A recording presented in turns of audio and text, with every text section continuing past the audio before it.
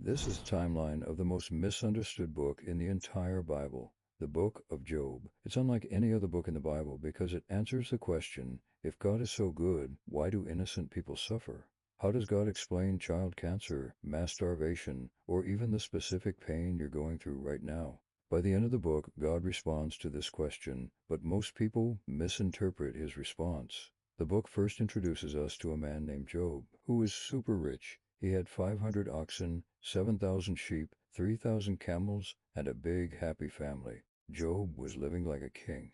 But not only was he by far the most wealthy man in the ancient Near East at the time, he was also the most godly. In fact, Job honored God so much that he even offered sacrifices for all 10 of his kids, just in case one of them had a bad thought toward God. Job knew that God not only saw his actions, but he saw his heart too. But what Job didn't realize was that someone else in heaven was watching him, someone other than God. The Bible tells us that the sons of God came to present themselves before the Lord. These sons of God are what we call angels today. The Bible says that before God created the universe, he created these spirits to help him rule over the humans, not because he needs the help. He just chooses to use angels to accomplish his will sometimes. But there was one spirit in particular who was watching Job and noticed something very interesting.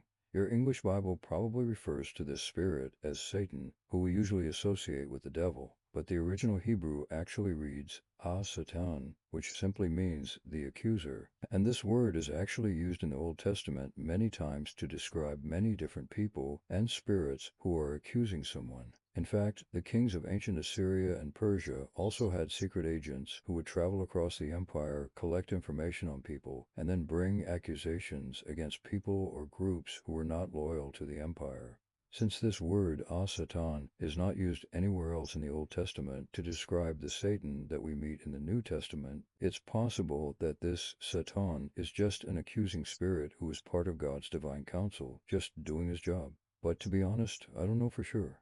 But what I do know is that this spirit appears to God and begins to accuse Job of only serving God because of all the riches God has blessed him with. So the Satan asks God, "Stretch out your hand and take away all that he has, and Job will curse you to your face." And God agrees. Within minutes, Job's life fell apart. Enemies raided Job's oxen and camels, fire from God burned his sheep, and a great wind knocked over the house of Job's children, killing them instantly.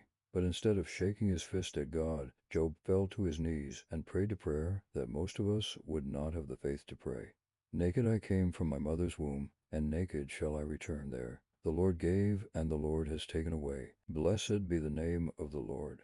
But even though God was proud of Job for passing the test, the Satan wasn't impressed. So God gave him permission to strike Job with a disgusting skin disease of painful boils. Not only had Job lost everything he owned, including his 10 kids, his health was now declining fast. So the Bible says that Job grabbed a broken piece of pottery and scraped his body while he sat in the midst of the ashes. Most people don't realize that what Job was doing here was actually pretty nasty. Remember all those thousands of animals Job had? Well, all of those animals had to relieve themselves daily. And what do you think they did with all of this? They would put it in a pile and burn it. This was known in the ancient world as the ash heap, and this disgusting place was where Job went to sit and grieve. Imagine feeling so hopeless that all you can do is lay on the ash heap of your cattle's dung and scrape yourself with a broken piece of pottery. His wife wasn't very uplifting either. She simply told her husband to curse God and die. But his wife wasn't the only one who tried to give Job advice.